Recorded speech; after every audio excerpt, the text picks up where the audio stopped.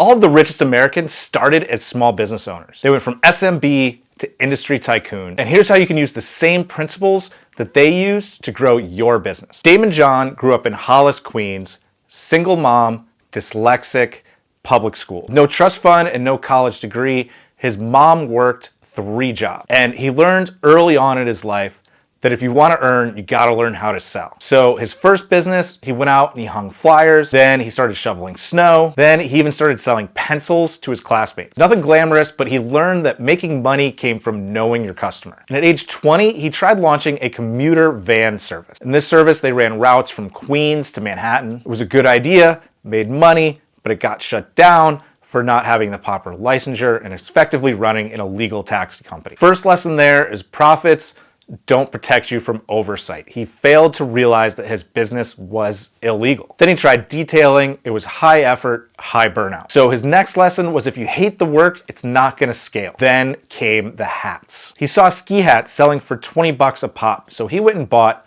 $40 worth of fabric and started making his own hats. He made 80 all by himself. He sold them for $10 each and they sold out instantly. And that was the first sale for Fubu. And he and his partner, they kept sewing. They moved into his mom's house, which she had to move out to make room for them and their operations. They couldn't afford ads, so they created their own hype. They gave products to bouncers, DJs, and rappers. And then their big break, and this is one of the coolest things in marketing, fellow Hollis, Queens rapper LL Cool J wore a Fubu hat in a Gap ad.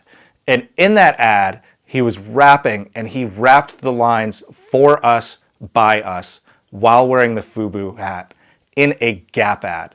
So they turned ads that were meant for the Gap into ads for Fubu. They used Gap's marketing dollars to market their brand. That was just brilliant. Then in 1994, Daymond went to a men's apparel conference in Las Vegas. He had a tiny booth, but he landed $300,000 in orders. But then he had a problem. He didn't have the capital to produce the inventory. He went to 27 banks. They all said no. So his mom mortgaged her house. She loaned him $100,000 and it paid off. They signed a deal with Samsung Textiles and within a year, Fubu was everywhere. And they did as high as $350 million at their peak, all from a side hustle that he built in his basement. And here's what you can learn from it. 1, serve an overlooked customer. Fubu thrived by seeking directly to sell into a market that most other brands ignored. Number 2, he used brand over budget. He was thrifty. He didn't throw money at his problem. He threw thought and genius at his problem. 3, start lean. He was sewing hats at home. He didn't go out and buy big fancy equipment right away. He started small and scaled as he started to get customers. Number 4, he didn't quit. 27 banks said no, and that didn't stop him. Follow us for more of America's richest and more videos about our favorite topic, buying and running small businesses.